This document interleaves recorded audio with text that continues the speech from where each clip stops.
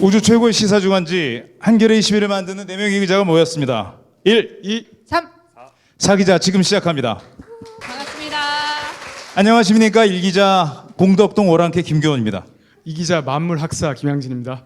네, 반갑습니다. 3기자 정의의 죽창 신다은입니다. 네, 한겨레 21 창간 30돌 기념 4기자 공개 방송입니다. 오늘 이렇게 모두 와주셔서 정말 고맙습니다. 야, 진짜 많이 오셨습니다. 여기가 저희 애가 격하게 지금 환영하고 있습니다. 여기가 청아몰인데요. 우리 이 청아몰 이거 특별한 한겨레에서는 아주 특별한 행사가 있을 때만 쓰는 곳이죠. 대부분 아실 텐데요. 우리 독자들은 이 회사의 그 창립자이셨던 그 송건호 선생의 홀을 따서 청암홀이라고 붙였습니다. 네, 큐시트에 없는 얘기 하지 마시고 빨리 넘어가 주세요. 네네. 저희가 오프라인에서 이렇게 독자 시청자분들을 만나는 게 처음인데요. 어떻습니까?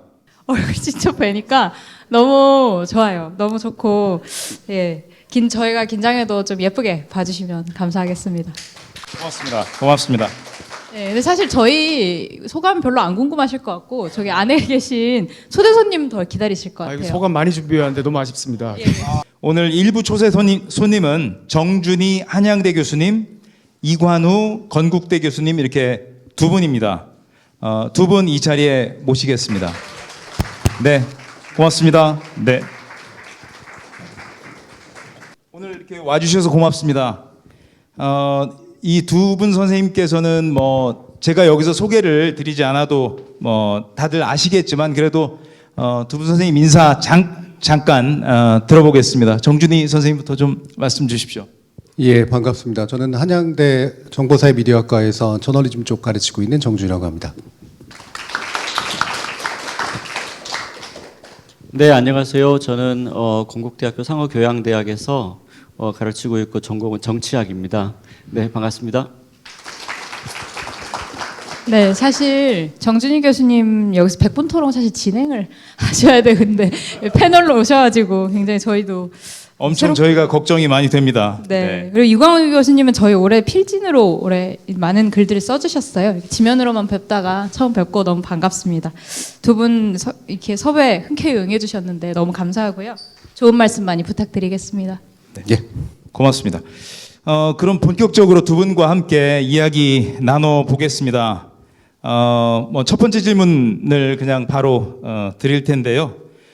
한겨레 21이 이달로 저희가 창간 30년이 됐습니다. 30년이 됐는데 그동안 한겨레 21에서 굉장히 많은 이슈들을 제기를 해왔어요. 이를테면 양심적 병역 거부, 페미니즘 문제, 성소수자 문제, 장애인 문제, 심지어 이 자리에 있는 여기 이 기자가 마약 문제 이런 것들도 이렇게 다뤄왔는데요.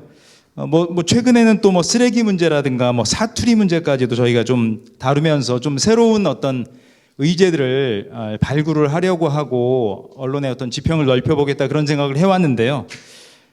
두 분 선생님께서는 사실 한겨레 21과 함께 연배로 봤을 때 성장이 오셨을 것 같습니다.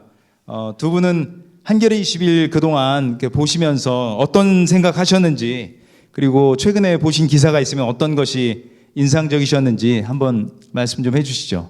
아까 제가 사회를 봐야 되는 거 아니냐 하셨는데 제가 사회를 보는 상황은 즐거운 상황이 아닙니다. 그래서 그렇네요. 예, 오늘은 좀 즐거운 이야기를 하면 좋을 것 같고요.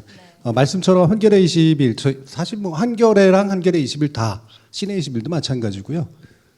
제 성장사하고 거의 그대로 일치하죠. 그러니까 문자를 가지고 뭔가를 세상을 조물락조물락하는 것 같고 세상과 개입하는 것 같고 이런 느낌을 만든 이제 최초의 매체였기 때문에요. 그리고 한겨레 21의 탄생도 상당히 좀 특별했는데 그때가 이제 학생운동도 많이 변할 때쯤이었고 사회운동도 많이 변할 때쯤이어서 우리 민주주의화는 이루어졌는데 그 민주주의는 어디로 향해 가야 될 것인가라는 좀 더 깊이 있는 문제를 탐구하는데 한겨레 21이 굉장히 많은 지표가 되었던 것은 분명한 사실이었던 것 같습니다. 그리고 방금 말씀해 주신 그런 여러 가지 의제들, 뭐 최근의 의제들이긴 하지만 지난 의제들 이렇게 딱 얘기하실 때마다 이게 강렬한 그때의 기억들이 연결이 돼요. 그래서 이게 단순한 진보적 의제뿐만이 아니라 우리 사회가 민주화라는 이름으로 끌어안아야 할 그런 사회적 소재들을 지속적으로 발굴하는데 한겨레 21이 굉장히 큰 기여를 해왔다. 뭐 이의 여지가 없을 것 같습니다. 여기까지는 좋은 말이고요. 나쁜 말을 지금 하겠다는 건 아니고요. 예. 근데 제가 이제 강도가 약해져 오는 느낌이 이제 드는 거죠. 예. 그게 제 나이 때문인지 시대 때문인지 매체 때문인지는 사실은 잘 모르겠습니다.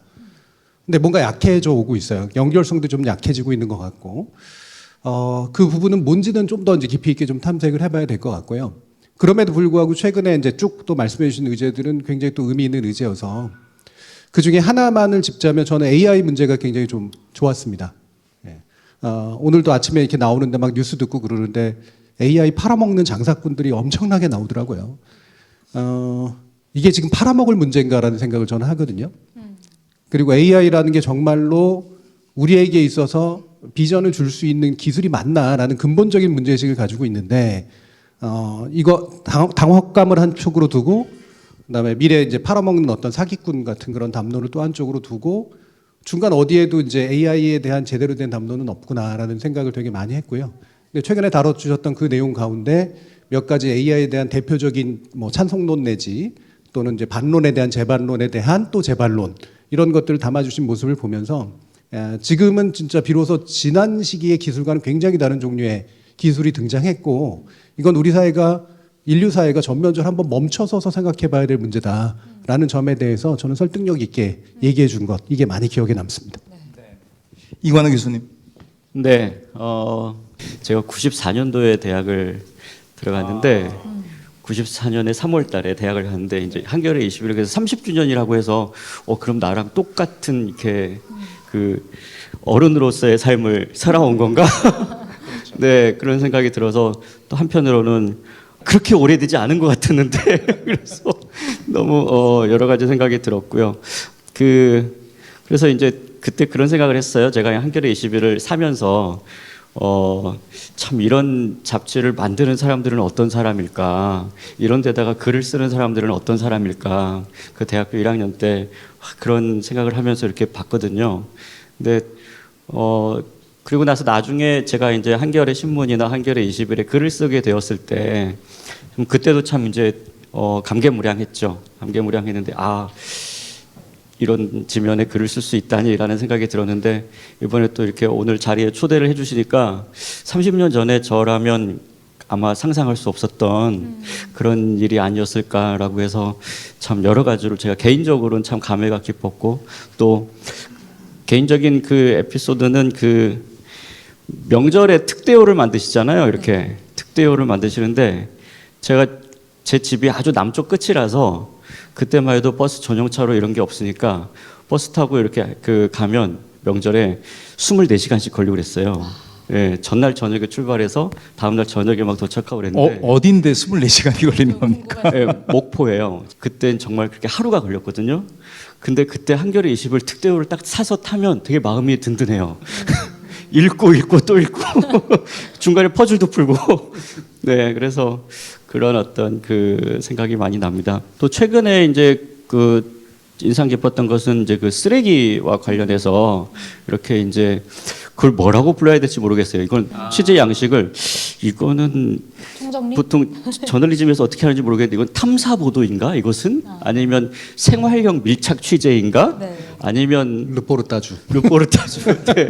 이렇게, 예, 여러 가지가 그래서 저도 이제 그런 생각이 들었는데 사실은 이제 우리가 기후 위기 같은 것은 굉장히 큰 아젠다잖아요. 큰 아젠다라서 기후 위기 같은 아젠다를 다루는 경우들은 종종 있는데 이렇게 우리 일상에서 그런 쓰레기의 문제를 다뤄본다고 하는 거는 사실은 뭐 기후 위기 같은 아젠다를 전문가들의 영역에서 혹은 아니면 뭐 이 운동회를 하시는 분들, 네, 이렇게 하시는 분들이 다루는 방식들은 과거에 많이 있었던 것 같아요. 그런데 이제 한겨레 21 같은 주간지가 다룰 수 있는 어떤 그런 특별한 방식으로 저는 그 부분이 다루어져서 상당히 저는 앞으로 이런 주제들과 이런 주제들을 이런 방식으로 접근해 보려고 하는 노력들이 조금 더 우리 독자들한테 가깝게 갈 수 있고 아주 큰 아젠다와 또 아주 미시적인 아젠다를 중간에 연결할 수 있는 그런 정도. 그러니까 보면은 아주 큰 아젠다들은 무슨 이제 좀 더 두꺼운 그런 저널들에서 다룰 수 있죠. 좀 긴 글에서. 또 그거보다 그 낮은 수준에서는 아마 우리 일간지 수준에서 다룰 수 있는 주제들이 있을 거예요. 또 우리 방송 짧은 뉴스라든지.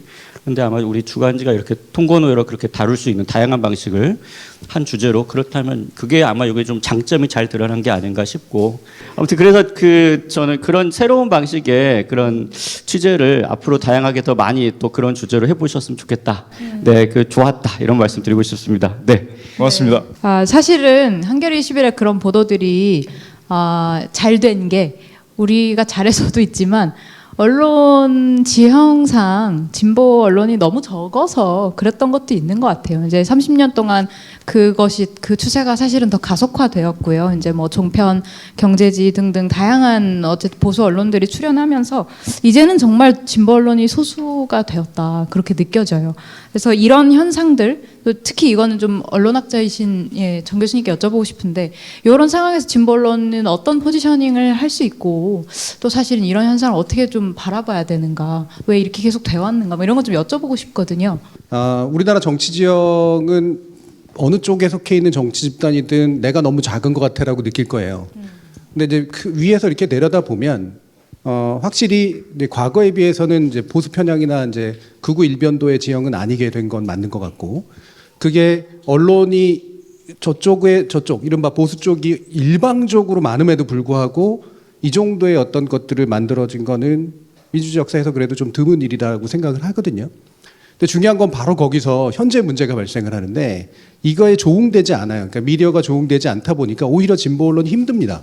제가 볼 때는 예전에 그 민주주의 이후에 정권 교체가 이렇게 왔다 갔다 할 때 상대적으로 이득을 얻은 게 있잖아요. 예를 들면 한겨레나 경향 같은 게 이득이라고 말하면 참 웃기지만 저쪽이 집권을 해도 이쪽에서 뭔가 할 얘기들이 이제 되게 많은데, 오히려 이제 민주진보 쪽이 집권을 하면 되게 어정쩡해지는 순간을 계속 많이 겪어왔단 말이죠. 근데 지금은 최근까지의 그런 정권 교체 과정에서는 그냥 그러면서 왔다 갔다 하는 정도로 끝났는데, 저는 이제는 좀 지형이 굉장히 달라졌다라고 봐요. 하나는 그래도 비교적 공영 중심의 미디어 지형에서 완벽히 사형 중심의 지형으로 이동하고 있습니다. 예, 그리고 이 사형 중심의 미디어 이동은 특히나 자본력이 엄청나게 필요한 미디어 시장에서 확고하게 진보 담론이나 진보 언론적 담론의 위축을 가져올 거라는 겁니다. 두 번째는 그 과정에서 진보 언론이 대응하기가 굉장히 안 좋다는 거예요. 예를 들면 민주주의에 기대서 대응하기도 안 좋고, 사람들을 조직화해서 대응하기도 되게 쉽지 않습니다. 왜냐하면 자본력이 굉장히 부족하기 때문에 생기는 현상이죠.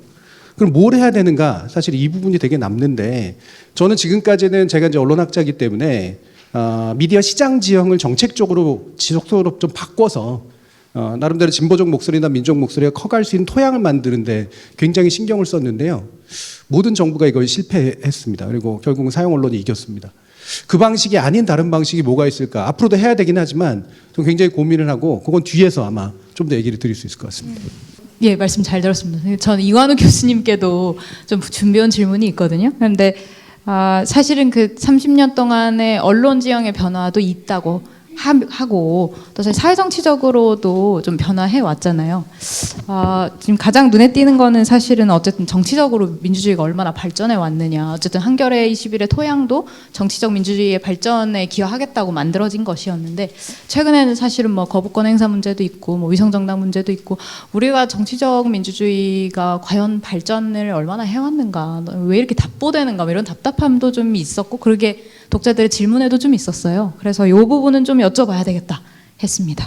아마 모두가 다 그렇게 답답함을 느끼실 거라고 생각을 해요. 근데 저는 또 한편으로 생각해 보면 그것이 좀 당연할 수 있다, 이렇게 말씀드리고 싶은 게, 이제 우리가 민주화 직후에는 여러 가지 성과들이 막 눈에 보이는 성과들이 많죠.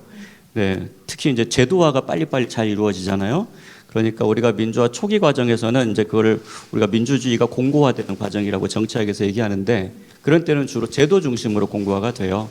그러니까 민주적인 헌법을 만든다든지, 그다음에 민주적인 선거 제도 같은 것들을 만들어서 이제 좀 공정한 선거를 할 수 있다든지. 그러니까 우리가 이제 정치학에서 어느 나라가 민주주의 국가가 되었다 안 되었다라고 이제 평가할 때 민주적 헌법이 있는가, 그리고 이제 그 민주적인 어떤 정기적으로 투명하고 공정한 선거가 잘 치루어지는가 이제 이런 것들 그리고 이제 국민들이 그 의사결정 과정에 어느 정도로 참여할 수 있는가 이런 여러 가지 제도적인 부분들을 많이 봐요. 근데 그런 그 지표들에서 보면 민주화 이후에 한 10여 년 정도는 굉장히 많은 것들이 이루어졌죠, 우리가. 그리고 사실은 선거에 여전히 우리가 불만이 많지만 그래도 전 세계에서 이제 대단히 안정적이고 또 일부에서 주장하는 것처럼 우리가 부정 개표가 일어난다든지 누가 조작을 한다든지 이렇게 생각하는 국민들은 없어요. 그러니까 의외로 전 세계적으로 보면 여전히 그런 부분에 대한 불투명한 그런 나라들도 굉장히 많이 있다는 거죠. 거기에 비하면 한국의 어떤 그 민주주의의 공고화의 기본적인 기반은 어느 정도 이제 완성이 되었는데 문제는 그 상태에서의 어떤 새로운 변화와 발전은 과거하고는 질적으로 좀 다르다는 거예요. 특히 이제 제도화에서 그 다음에는 예를 들면 정치의 행태라든지 관례라든지 문화라든지 유권자들의 투표 성향이라든지 이제 이런 구체적인 컨텐츠의 부분에서 이제 질적인 발전이 있어야 되는데 그 부분은 제도화한다는 것처럼 그냥 한꺼번에 확 되는 게 아니에요. 깔끔하게. 그러니까 예를 들면 두 발짝 앞으로 갔다가 또 한 발짝 뒤로 미끄러졌다가 어떤 때는 또 더 뒤로 후퇴했다가 앞으로 가기도 하고. 그러니까 이제 왜 이렇게 되느냐면 제도화라고 하는 것은 예를 들면 후퇴하기가 쉽지 않아요. 어떤 후퇴가 쉽지 않고 답이 분명해요. 답이 분명한데 근데 저희가 지금 그런 것들을 많이 시도해 봤죠. 그랬더니 다 부작용이 생겼어요. 예를 들면 국회법이 지금 이렇게 두껍거든요. 과거에는 얇았는데 이거 하면 안 된다, 저거 하면 안 된다, 이래라 저래라 패스트트랙을 만든다, 뭐 한다 이렇게 두꺼웠어요. 국회가 좋아졌습니까? 그렇진 않거든요. 네. 근데 이렇게 되면 또 뭐가 문제가 되냐면 서로 요즘에 국회 보면은 서로 공방하다가 고발하죠, 서로. 그렇죠. 예, 서로 고발하고 절차가 이게 합법적이냐 해가지고 왜냐하면 제도를 그렇게 두껍게 만들었냐면 정치의 사법화가 일어나요. 그 과정에서 그럼 정치가 사라지는 거죠. 그러니까 결과적으로 지금 이제 제가 말씀드리고 싶은 것은 지금 우리의 민주주의가 발전의 속도가 좀 낮아졌다, 가끔 퇴보한다라고 느끼는 것은 한편으로 보면 제도화 수준이 높기 때문에 그런 것이다. 우리 경제 성장률이 지금 계속해서 막 5% 7% 올라가는 게 아니잖아요, 지금. 네, 우리가 10,000불, 20,000불 시대의 경제 성장률과 30,000불 시대의 경제 성장률은 다른 것이죠. 내용적으로 질적으로 바뀌어야 되는 거고 지금의 그런 부분은 그런 성격이 있고 그다음에 그 내용을 어떻게 바꿀지에 대해서는 조금 이따 더 말씀드리겠습니다. 네. 그 두 분 교수님께서 워낙 그 인물도 출중하시고 말씀도 잘하시고 그런데 저는 이분 두 분을 보면서 어떤 생각이 들었냐면 그러니까 속되게 하는 말로 그 뇌생남이라는 표현이 있지 않습니까? 그러니까 이 뇌가 생각이 굉장히 그 용어 섹시한 좀 유행 지났어요. 압니다. 네. 근데 그 말보다 더 잘 표현할 수 있는 다른 말이 없는 것 같아서 말씀을 드려봤습니다. 이렇게 저 선배들이 후배들한테 까입니다. 요새는 이런 분위기입니다. 그 이관우 교수님께 하나 더 여쭤보고 싶은데요. 지금 우리는 윤석열 정부 시대에 살고 있지 않습니까?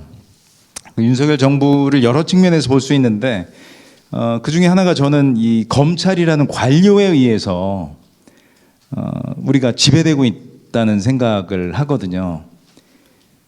사실 우리가 민주화를 아까 말씀하셨던 것처럼 제도적으로 우리가 바꾸었고 그 내용적으로 이제 채워오는 그런 과정이 있었다고 보는데 어느 순간 이 시민들의 그 권한, 권리 이런 것이 증진되기보다는 관료의 힘이 우리가 상상할 수 없을 정도로 강해진 것 같은 것을 이제 느끼게 되는데 그 중에 하나가 바로 이 검사들의 집권이 아닌가 그런 생각이 듭니다.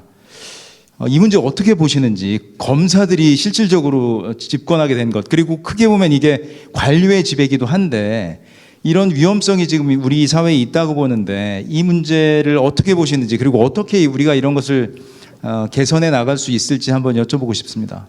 쉽지 않은 문제인데 뭐 최근에 정치학자들끼리 모여가지고 미국에 있는 또 한국에 있는 정치학자들 이렇게 모여가지고 얘기하다가 너네는 어떻게 하다가 트럼프 같은 사람이 대통령이 됐니? 이렇게 얘기하다가 야 너네를 생각해봐라.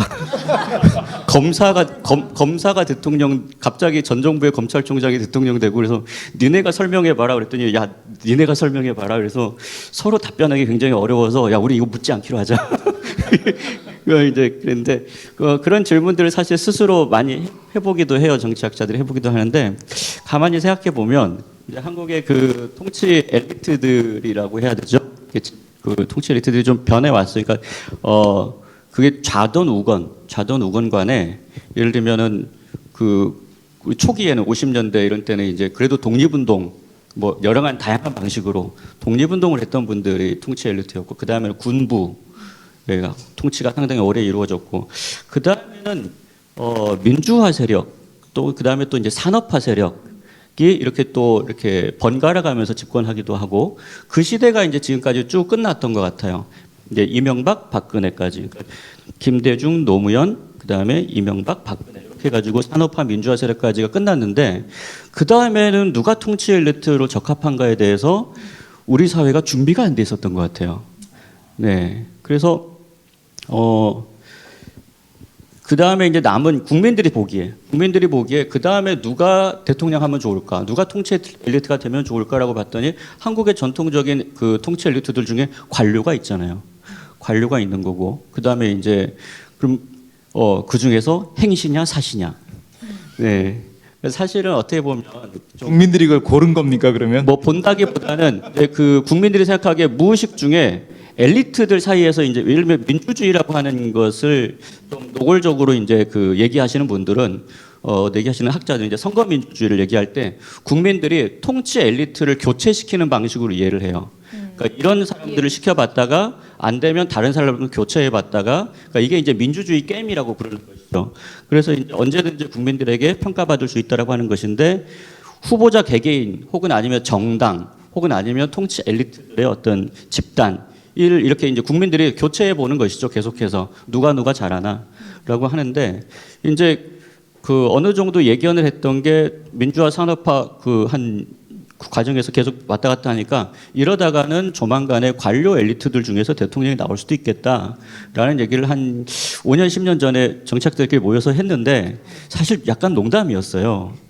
근데 이제 갑자기 굉장히 어떤 급격한 정치 변화 가운데서 그 중에서도 사실은 과거에도 이제 대선에 도전했던 그런 관료들이 있었잖아요. 무슨 국무총리나 뭐 장관들이나 이런 사람들 중에서 나오는 사람들이 있었는데 검사가 갑자기 나올 거라고 생각하지는 못했는데 어쨌든 저희가 보기에는 그 시대는 굉장히 그 크게 많이 바뀌었는데 지난 한 20-30년 사이에 근데 여전히 한 국가의 민주주의 사회에서의 통치 엘리트가 고시 출신에서 왔다 갔다 하고 있다라고 하는 것은 굉장히 정말 시대착오적인 문제가 있는데 근데 한편으로 생각해 보면 국민들이 우리의 통치 엘리트를 선택할 때 선택지가 몇 개 없는 거예요.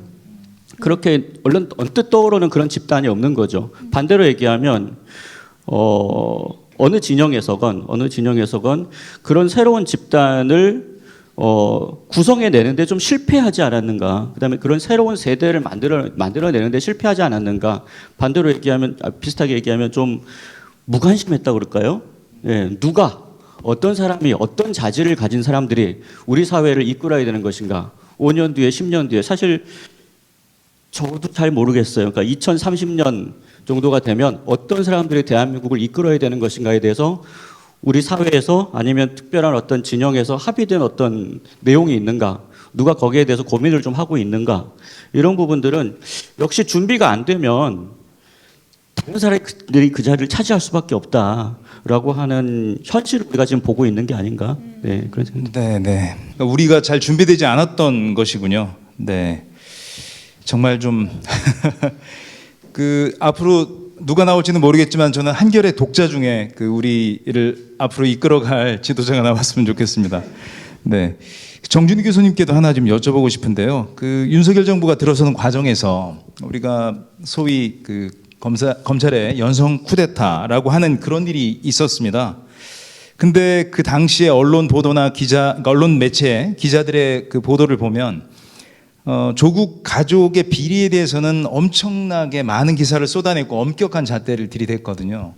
근데 좀 이상하게도 이 검찰의 연성 쿠데타 문제, 그 문제에 대해서는 별로 경고하거나 비판하거나 하는 그런 게 부족했다는 생각이 많이 듭니다. 교수님께서 보실 때 저는 이 문제가 그러니까 이렇게 일도 양단으로 나뉠 수는 없다고 보거든요. 누가 옳으냐 그러냐. 그렇지만 어느 정도 균형, 형평 이런 걸 가지고 다루고 비판을 하고 견제를 해야 될 것 같은데 이게 잘 안 되거든요. 지금 이 왜 이렇게 안 되는 것인지 이런 어떤 복잡한 정치적 사안에 대해서 언론에서 기자들이 어떻게 생각하고 판단하고 보도를 해야 하는 것인지 한번 좀 조언을 해주시면 어떻습니까? 참 쉽지 않은 주제인데요. 왜 그러냐면 이게 이제 언론의 변화되고 있는 성격하고 또 되게 밀접한 연관성이 있어서 그렇습니다. 아마도 한겨레 내부에서도 논쟁이 있었던 걸 알고 있고요. 그 논쟁의 한 축에서는 야, 민주주의가 지금 어떻게 굴러가야 되는 거에 관련된 이야기가 필요한데 너희들은 시간이 왜 이렇게 좁니? 당신들은 민주주의를 하겠다는 사람들이 왜 개별의 어떤 굉장히 중요한 사실에 대해서 이렇게 은폐하려고 해? 이 사이에 저는 대립이 있었던 걸 알고 있습니다. 둘 다 맞는 말이에요. 네, 둘 다 맞는 말이고 어느 한쪽이 한겨레에서 주류가 돼야 된다거나 어느 한쪽이 지배해야 된다고 생각하지는 않습니다. 왜 그러냐면 지금의 언론 모형의 그 답을 만들지 못하고 있었기 때문에 그래요. 과거에는 한겨레라는 위치가 가지고 있는 독특함이라는 게 좀 있고 그리고 그때는 거시담론 이제 위주였기 때문에 아까 이관우 교수님도 잘 말씀해 주셨지만 우리의 민주주의 전형적으로 반민주적인 세력들이 여전히 집권하고 있고 집권 굉장히 강한 상태에서 민주주의만 얘기해도 충분한 비판과 대항 능력이 생기던 그런 시절이 있었기 때문이죠. 근데 지금은 아마도 뭐 다들 동의하시겠지만 민주주의란 틀 내에서 어쨌든 일어나는 일이잖아요. 적어도 형식적 민주주의란 틀 내에서. 그리고 이광우 교수님도 잘 말씀하셨듯이 법이나 제도라는 이름으로 벌어지는 그런 일들이기 때문에 그래서 이런 거시론과 미시론이 대립할 수밖에 없는 상태다. 과연 한겨레는 또는 과연 지금의 언론은 여기서 이런 뭔가 거시적이고 구조적인 면에서 큰 틀을 보면서 맥을 짚어주는 보도를 해야 되는가? 아니면 개발에 일어나는 것들에 대해서 시시비비를 가리는 그런 보도를 해야 되는가? 거기에 대한 입장과 모형이 만들어져야 이 문제는 해결이 된다고 봅니다. 정답을 찾는 문제라기보다는 저는 물론 구조 쪽에 더 가까운 입장이에요. 왜 그러냐면 단지 제도나 구조를 가지고 더 뭐 이렇게 헌법 만들고 이러자는 얘기가 아니라 사실은 큰 흐름을 보는 게 언론의 몫이고 그 큰 흐름 안에서 사실들을 선별하는 게 언론의 지금까지는 그래왔기 때문에 이거를 아직까지는 잘해야 된다고 봅니다. 그 반대편에서 사실 조각을 잘 수집해가지고 그림을 전체적으로 잘 그릴 자신이 있지 않다면 저는 그 자신이 별로 없을 거라고 생각하거든요. 개별 사실들을 쫓아가다 보면 어디선가 굉장히 길을 잃고 있다는 걸 발견합니다. 그러면 조금 더 무리하더라도 큰 그림 안에서 확인할 수 있는 사실과 그렇지 않은 사실들을 조합해 나가는 방식으로 이제 가는 게 아직까지는 저는 옳다고 생각을 해요. 이 이상의 모형이 있는지는 잘 모르겠습니다만 저는 그 부분에서 한겨레 스스로가 또는 우리 언론 스스로가 답을 못 냈고 한겨레를 제외한 대다수의 언론들은 사실은 그런 생각조차 없었다. 이렇게 말씀드리고 싶습니다. 제가 정준희 교수님께 하나만 더 여쭙고 싶은데요. 최근에 보면 공론장이 점점 극단화되고 좀 이제 사회적으로도 증오가 더 강화되는 것 같습니다. 저희 한겨레 21도 얼마 전에 표지 이야기로 증오 정치에 대해서 좀 다뤘는데 피하 구분만 남고 이제 복잡한 쟁점에 대해서 논의하는 모습을 찾아보기 어려운 것 같다는 생각이 듭니다. 그래서 사실 이제 그 소비자들, 언론 소비자들도 저희 레거시 미디어보다는 유튜브 같은 매체를 통해서 이렇게 사안을 접하는 경우가 많은 것 같은데 저희 레거시 미디어 그리고 저희 같은 언론인들이 좀 이런 극단화와 진영 논리를 극복하려면 좀 어떻게 지금 해야 될지 좀 아까랑 비슷한 맥락이긴 한데 좀 조언 말씀 부탁드리겠습니다. 네, 망부석인 줄 알았는데 아니었네요. 말을 하셨네요. 이것도 뭐 사실 오랜 이야기가 필요하긴 합니다만 저는 역질문을 드리고 싶어요. 균형 잡으실 수 있으시냐는 거죠. 공동의 가치와 공동의 사실들을 창출할 만한 능력과 힘과 자원과 시간이 있으신지 이걸 묻고 싶거든요. 무슨 말이냐면 굉장히 복잡해진 세상이고 너무나 다양해진 매체들 가운데서 예를 들면 모든 국민들이 다 같이 공유해낼 수 있는 공통의 현실들을 만들어서 이 안에서도 다 이걸 내적 다원성이라 그러는데 안에서 질서를 딱 잡아주니까 밖에서 보기에도 뭐 진보 보수든 간에 어쨌든 저거를 보면 다 알 수 있어. 이럴 수 있느냐라는 거예요. 이건 되게 현실적인 문제입니다. 즉 우리가 흔히 입으로 그냥 올려요. 극단적 진영론. 맞습니다. 현실적으로 되게 그렇게 되어가고 있으니까요. 근데 이 두 가지도 되게 다른 거거든요. 극단적이라는 게 뭘 의미하는 거지? 이를테면 일베 같은 극단주의적 우파를 얘기하는 건가? 또는 극단주의적 좌파를 얘기하는 건가? 진영론이라는 게 뭐지? 진영이 정당하고 뭐가 다르지? 예.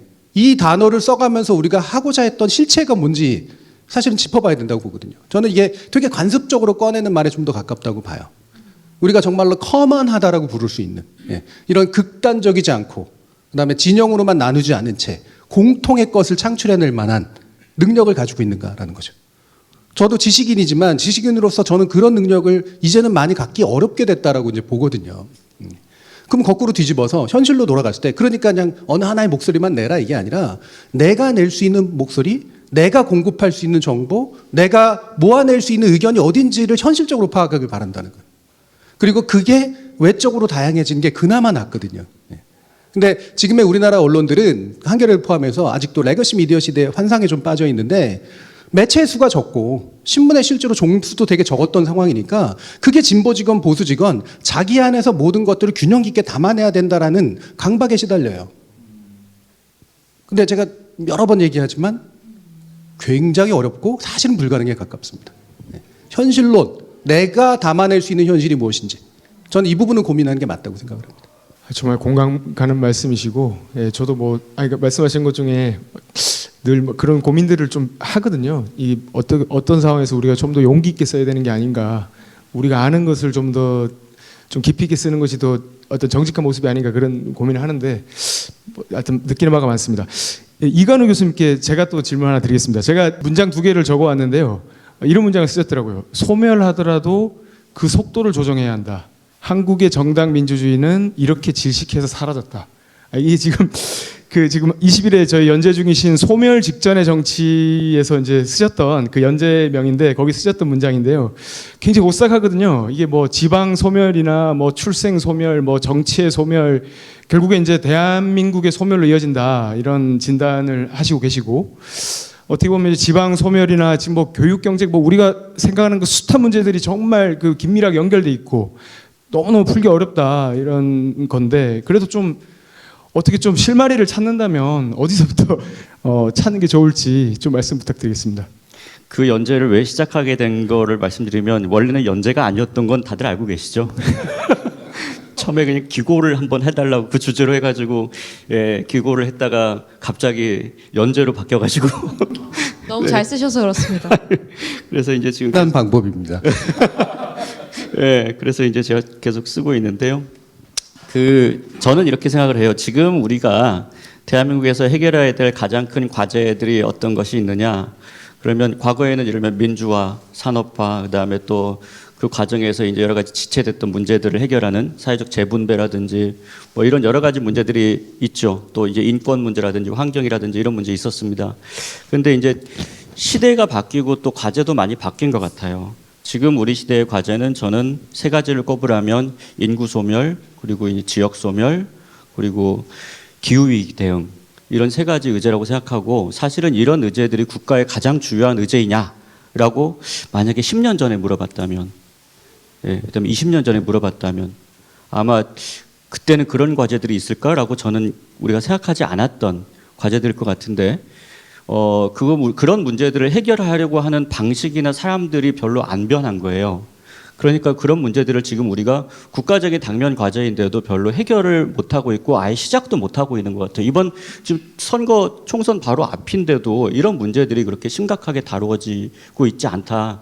제가 그래서 이제 그런 부분이니까 그 부분이 논의가 되고 있는데 아직 답을 못 찾았다라고 하면은 저는 별 걱정이 없는 것 같은데, 아예 지금 그거에 대해서 논의가 안 되고 있기 때문에 결국은 이것이 정당 정치의 실종이고 소멸이다라고 이제 하는, 그러다 보면 결국 이것을 복원시키지 못하면 대한민국이 소멸할 수밖에 없지 않느냐라고 이제 하는 그런 문제 의식에서 그 얘기를 드렸던 것이고요. 이걸 해결하려면 사실 쉽지 않을 것 같아요.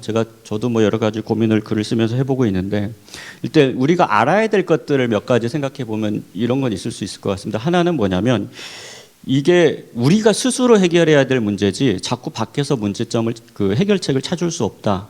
왜냐하면 전 세계에서 인구 소멸 가장 빠르게 일어나고 있는 나라가 지금 한국이죠. 가장 출생률이 가장 낮고요.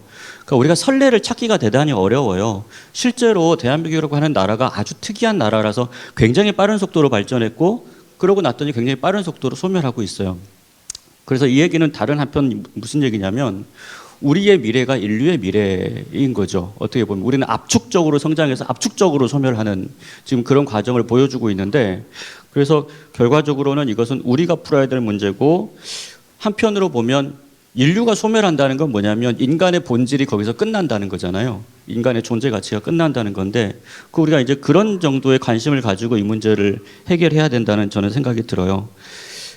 하나만 예를 들면 이렇습니다. 지금 인구 소멸이라든지 이런 문제와 관련해서 제일 많이 문제되는 게 일 돌봄의 균형 이런 문제들 많이 나오고 그 다음에 이제 성별 간 이제 그 돌봄 노동의 나눔 이런 이야기들이 많이 나타나는데 거기서 가만히 생각해 보면 최근에 돌봄 민주주의라는 말도 나오지만 돌봄이라고 하는 것이 과거에는 무슨 일이냐면 집안일이라고 이제 얘기됐던 것인데 집안일이라고 부르다가 그것을 우리가 여성노동이라고 불렀다가 그것을 요즘은 돌봄노동이라고 불러요. 네. 근데 결국 뭐냐면 그 다음에 돌봄 민주주의라는 말이 나왔다는 건 뭐냐면 인간이라고 하는 존재가 한 20살 되기 전까지는 돌봄을 필요로 하다가 또 스스로 살다가 그런데 스스로 살 때도 늘 서로 간의 돌봄이 필요하죠. 그러다가 또 나이가 들면 또 다시 어렸을 때처럼 돌봄이 많이 필요한 그러니까 그 돌봄 민주주의를 얘기하시는 분들의 핵심적인 주장이 뭐냐면 인간이라고 하는 것의 본질이 돌봄이 필요한 존재다라고 하는 것을 우리가 다 같이 인정하고 그것을 공유하고 우리의 사회 시스템을 거기에 맞게 조정하지 않으면 소멸을 막을 수 없다는 거예요. 왜냐하면 인간은 돌봄이 필요한데 돌봄을 제공하지 않으면 더 이상 인류가 생존할 수 없겠죠. 아이를 낳을 수 없고 기를 수 없고 네. 이런 문제들이 발생하니까 결과적으로 이것은 인간 본질의 문제이기 때문에 무슨 지금 정부에서 얘기하는 것처럼 단편적인 한두 가지 정책으로 뭐 최근에도 보니까 아이 낳으면 돈 준다든지 뭐 애 낳으면은 뭐 저기 보너스를 준다든지 이렇게 해서 해결될 문제가 아니다. 국가적인 차원에서 인류사적인 차원에서 인간의 본질적인 차원에서 좀 접근을 해야 된다라는 생각이 들고요. 그러려면 우리가 문제의 그 질문을 좀 바꿔야 되는 거죠. 그러니까 우리한테 돌봄과 관련된 여러 가지 일들 예를 들면 결혼이란 무엇인가라고 하는 것, 예, 그리고 가족이라고 하는 건 도대체 뭘까? 네, 그 다음에 늙어간다는 것은 무엇일까? 네, 이런 것들에 대해서 우리가 질문을 던지지 않은 상태에서 거기서 고민하지 않은 상태에서 그냥 이렇게 한두 가지 단편적인 정책으로 이런 문제들이 해결될 것처럼 얘기하는 이제 그런 데서 우리가 좀 시각을 바꿔내야 된다. 네, 이런 문제를 정말 정치가 고민을 해야 되는데. 정치가 고민을 안 하고 있으면 유권자들도 관심이 없고 시민들도 관심이 없으면 결국은 이 문제는 풀리지 않을 거예요. 그럼 우리는 우리 스스로 인류의 미래를 보여줄 수밖에 없지 않느냐. 네, 그런 생각이 좀 듭니다. 너무 비관적으로 슬프네요. 네, 말 그대로 묵시록적인 그런 그 말씀이었는데 그래도 그 안에서 우리가 뭔가 그 희망의 실마리를 찾아야 할 것 같습니다. 그런 묵직한 질문을 던지면서 시작해봤으면 좋겠습니다. 결국은 정치가 지금 우리 앞에 산적한 이 문제들을 푸는 가장 중요한 어떤 수단이자 이제 통로인데요. 이번 그 총선거를 앞두고도 굉장히 큰 논쟁이 있었습니다. 그 연동형 비례제를 두고 지금 현재도 그 논쟁이 계속되고 있고요. 양당 간에 또 그리고 민주당과 진보정당 간에 엄청난 논쟁이 있었는데요. 뭐 제도론자라고 합니다. 보통 정치학에서 제도론자라고 하는 이제 그런 분들은 87년 체제의 어떤 정치 시스템, 선거제도 이런 것이 이제 소멸해야 한다. 이거는 소멸해야 한다. 다른 것은 소멸하면 안 되지만 이건 소멸하고 새로운 어떤 시스템을 우리가 이제 개비할 때가 됐다. 이런 말씀들을 많이 하고 있거든요. 우리 이 교수님 보시기에는 지금 우리 정치 체제나 선거 제도가 과연 우리의 민주화를 막는 걸림돌인 것인지, 그러니까 그런 것을 우리가 좀 바꿀 필요가 있는 것인지, 만약에 바꾼다면 어떤 시스템으로 바꿔야 할 것인지 한번 좀 말씀을 해주시면 어떻습니까? 예, 이 부분에 있어서 이제 일단 첫 번째로 말씀드릴 수 있는 것은 우리가 지금 가지고 있는 시스템이 나쁜 제도다라고 얘기할 수는 없다는 거예요. 네, 그러니까 어떤 그 정치 제도나 정치 뭐 선거 제도 같은 것들은 좋고 나쁜 것은 없어요. 각각의 장단점이 있습니다. 그러면 그 시공간에 맞게 그 주체들의 어떤 성향에 맞게 우리가 어떤 것을 선택해 가지고 그것을 잘 운영하면 돼요. 잘 운영하면 되는데 예를 들면 저는 대통령제라든지 소선거구제 같은 지금의 선거제도가 30년 전에 우리가 민주화를 시작할 때 나쁜 제도가 아니었다고 생각해요. 왜냐하면 소선거구제 같은 거 예를 들어 보시면 총선거에서 책임성이 굉장히 높아요. 어떤 국회의원이 누구를 대표한다라고 하는 것이 대단히 명확하죠. 그리고 그거는 정당 정치 시스템이 아직 확고하지 않을 때도 잘 작동해요. 왜냐하면 그 후보를 보고 선출하는 것이니까.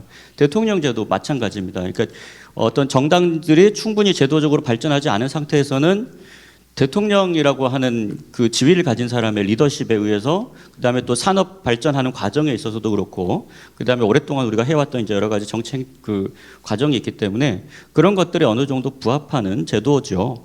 지금 생각해 보면 그때는 소선거구제가 예를 들면 국민 전체의 의견을 어느 정도 잘 반영했어요. 그리고 지금 어떻습니까? 수도권과 지방의 격차가 어마어마하게 커졌죠. 30년 전에 비해서 도시화도 어마어마하게 많이 진행됐습니다. 지금 수원을 보세요. 갑을병정 무. 예, 갑을병정 다음에 뭐가 있는지 이제 알게 됐잖아요, 우리가. 네, 기초자치단체가 5개 선거구가 됐어요, 이제 수원이. 그런데 지금 지방을 가보시면 몇 개의 도시나 시군을 묶어가지고 이제 하나의 지역구가 되고 제가 최근에도 그런 말씀 드렸습니다만 이제 수도권의 국회의원 수가 지방 전체를 합친 것보다 더 많아요. 그러면 어떻습니까? 정당들 간에는 이견이 있지만 수도권의 자원을 계속해서 국가 예산을 투입하는 표결이 국회에서 이루어지면 무조건 이길 수밖에 없어요. 그러니까 균형이 무너진 거죠. 예를 들면 이런 제도적인 변화가 있죠. 대통령제도 마찬가지죠. 대통령제도 우리가 이제 어느 정도 많이 해봤는데 이러이러한 장점이 있지만 지금은 장점보다는 단점이 더 많을 수 있겠다. 그럼 다른 대안적인 제도가 뭐냐? 예를 들면 그래서 연동형 제도를 뭐 이렇게 복잡한 제도를 설명드리는 것보다는 이게 좋을 것 같은데 과거에 우리의 아젠다들은 예를 들면 국가적인 아젠다는 주로 대통령에게 정부에게 맡겨졌고 지방은 국회는 말 그대로 뭐냐면 개별 그 지역구에서 뽑힌 사람들이 모여가지고 국가 전체에 어떤 산술적인 총합이 되는 거죠. 그 이익의 합의. 이런 식으로 우리가 시스템을 만들었다면 지금은 국회도 말 그대로 그 내셔널 아젠다, 국가적 의제 같은 것들을 진지하게 다룰 수 있어야 돼요. 정부한테만 맡겨놓을 수가 없거든요. 네, 우리의 민주주의가 그만큼 성숙했고 국가도 많이 발전했죠. 기후위기 같은 문제는 지역구에서 다룰 수 있는 문제가 아니잖아요. 예, 에너지 전환 이런 문제를 국가가 아니면 인구 소멸 같은 문제를 수도권 국회의원들이 심각하게 다룰까요? 그렇지 않단 말이죠. 지방소멸이라든지. 이렇게 됐을 경우에는 우리가 국회의 구성을 지역구 중심에서 지역구와 비례가 균형을 맞추는 시스템으로 전환할 필요가 있다. 예를 들면 이런 게 중요한 거지. 그 하위에 있는 여러 가지 제도는 어차피 정치학자들이 고민할 문제인데 연동형이냐 아니냐는 저는 안 중요하다고 생각해요. 우리 국민들이 그런 부분에 있어서 국가 아젠다와 지역 아젠다들의 균형을 맞추는 국회를 구성할 필요가 있다. 그러면 어떤 방식으로 할 거냐. 그다음에 더 이상 정부가 사회 전체를 끌고 나가는 그런 형태보다는 입법과 사법과 행정이 균형을 어떻게 만들어 나가는 더 높은 수준의 민주주의를 할 거냐.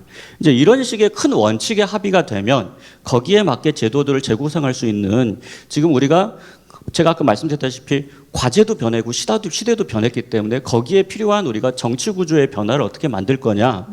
필요하다면 그거는 하는 거고 지금도 괜찮다고 생각하면 그냥 가는 거죠. 근데 이제 이번 아마 지난 대선, 이번 총선을 거치고 나면서 우리 국민들께서 그러면 이런 제도로 계속 가는 게 좋은가? 요거는 이제 한번 우리가 다 같이 고민을 좀 해봐야 되겠죠. 네. 자, 마지막 질문하고 그러면 잠깐 쉬는 시간 가질 텐데요. 사실 요거 정준희 교수님께 마지막으로 좀 코멘트 부탁드리고 싶습니다. 이제 저희가 한겨레 신문 원래 되게 혁신의 아이콘이었어요. 한겨레 21도 뭐 가로쓰기 하고 뭐 굉장히 새로운 매체였는데 아까 좀 약해졌다 이런 말씀하셨잖아요.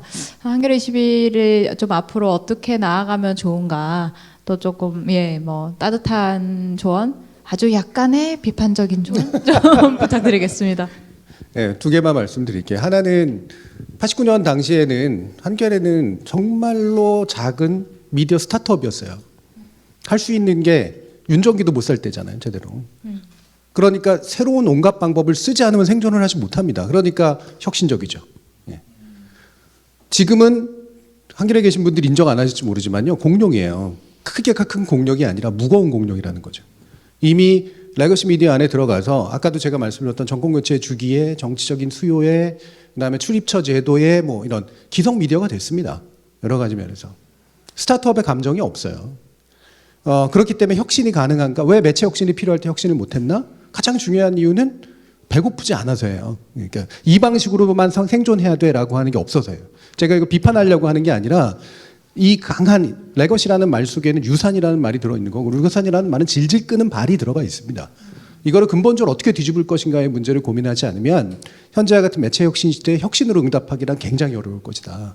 저는 일단 이 부분을 말씀을 드리고 이거는 이제 고민의 거리로만 던집니다. 또 한 가지는 이제 뭐 원래는 이제 이런 거였을 텐데 이게 지금 잘해온 것들과 못해온 것들 가운데서 그냥 잘 안 된 것들을 이제 제가 말씀을 드리자면 그래서 기술의 실패나 혁신의 실패라기보다는 저는 관계의 실패 쪽에 초점을 둡니다. 예전에는요 대중매체 시대 때는 신문이나 방송사니까 독자나 시청자와 구체적인 관계를 맺을 필요가 없었어요. 대충 말아서 던지면 알아서 먹었습니다. 그런데 그나마 한겨레는 그래도 이제 국민주라는 게 있고 독자 뭐 위원회부터 해서 독자의 관계 설정이 굉장히 좀 촘촘한 편이었죠. 왜 언론 민주화 운동의 성과였으니까. 근데 이게 사실은 되게 형식적이 됐어요. 지금의 관점에서는. 그리고 나서 독자와 매체가 맺어야 되는 관계가 너무나 구체적이어야 될 때 오히려 안 하고 있습니다. 저는 이게 제일 심각한 문제라고 봐요. 예를 들면 유튜버 보시면 약간 짜증 나시죠?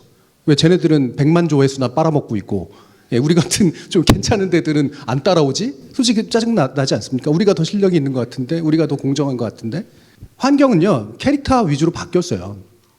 신문사나 방송사에게 나의 신념을 던지는 게 아니라 믿을 만한 인간에게 나의 신념을 던지는 구조로 바뀌었습니다. 위험하죠. 하지만 되게 중요한 방식입니다. 그래서 뭐 여기 계신 김기현 기자님 같은 분을 앞으로 세워라 이런 얘기를 하는 건 아니라 그러면 한겨레 방식으로 또는 한겨레 21의 방식으로 어떻게 국제적인 독자와 관계를 맺을 것인가. 사실 이 부분을 고민을 해야 되는데 저는 사실 이 부분은 굉장히 좀 느리다는 생각이 들어요. 한겨레 21이 만들어낸 의제 가지고 독자 같이 읽기 모임이라도 하시라는 말씀을 드리고 싶어요. 그러니까 누가 구체적으로 내 글을 읽고 있고 그 글을 읽은 사람들의 반응이 어떻고 그 반응을 보니까 나 이걸 더 써야겠네 라고 하는 내가 이렇게 뭔가 툭 해서 대충 말아서 던지는 내가 좀 더 많이 아는 것 같으니까 알려드리려고 하는 이 방식으로는 안 된다. 특히 한겨레 21과 같은 시사 잡지는 더더욱이나 그럴 것이다. 이런 말씀 드립니다. 정말 뼈 때리는 말씀을 주셨네요. 잘 저희가 생각해보고 또 앞으로도 더 말씀을 좀 여쭤봐야 되겠습니다. 이관우 교수님 말씀도 짧게 한번 들어보고 싶습니다. 한겨레 좀 해주시고 싶은 말씀. 예. 한겨레 21이 저의 친구 같은 느낌이 있어서 그래서 어쨌든 그 독자들에게 이렇게 친근하게 다가가려고 하는 그런 모습도 굉장히 좋고 그런 부분들이 종종 있어서 또 방금 말씀하신 저도 그런 구체적인 독자 중에 한 명인데 그런 부분들도 아까 제가 이제 그 쓰레기 기사도 말씀드렸지만 그런 부분들이 그 주는 청량감과 그 어떤 친근함 같은 것들이 있고요. 또 다른 한편으로는 그 한겨레 21만이 가질 수 있는 그런 어떤 의미도 좀 있을 것 같아요. 그래서 말 그대로 일간지들이 소화하지 못하는 그런 이제 테마들, 그런 주제들을 잘 발굴하셔가지고 그런 주제들을 일관되게 묵직하게 계속해서 던져주시는 그런 문제의식을 던져주시는 그런 역할도 사실은 그런 역할을 할 수 있는 매체가 그렇게 많지는 않은 것 같아요, 지금. 그래서 그런 역할도 아울러서 놓지 마시고 같이 해주시면 좋겠다 그런 말씀 드리고 싶습니다. 네, 사실 두 분 그 말씀 듣다 보니까 저 시간 가는 줄도 모르겠고 제가 여쭙고 싶은 것도 그리고 대답으로 듣고 싶은 것도 너무너무 많은데 저희 정해진 시간이 뭐 거의 다 됐습니다. 그래서 여기서 아쉽지만 인사를 좀 드려야 될 것 같고요. 다음에 또 그 저희 사기자 방송을 일주일에 한 번씩 하거든요. 거기에 좀 어떤 개별 사안이 있을 때 그 모셔서 말씀을 좀 듣고 싶은데 어떻게 나와 주실 건가요? 전화를 바꾸러 가야 될 것 같은데. 뭐 저도 구체적인 독자로서 할 수 있는 게 있으면 해보겠습니다. 네, 고맙습니다. 정말 아쉽지만 1부는 여기서 마무리해야 할 것 같습니다. 한겨레 20일 창간 30주년 특집 사기자 공개방송 2부 은유 작가님과 이동희 환경운동연합 사무처장님 모시고 말씀 듣겠습니다. 금방 시간이 갔죠? 네, 말씀을 좀 더 들어야 되는데 네, 고맙습니다. 감사합니다. 감사합니다.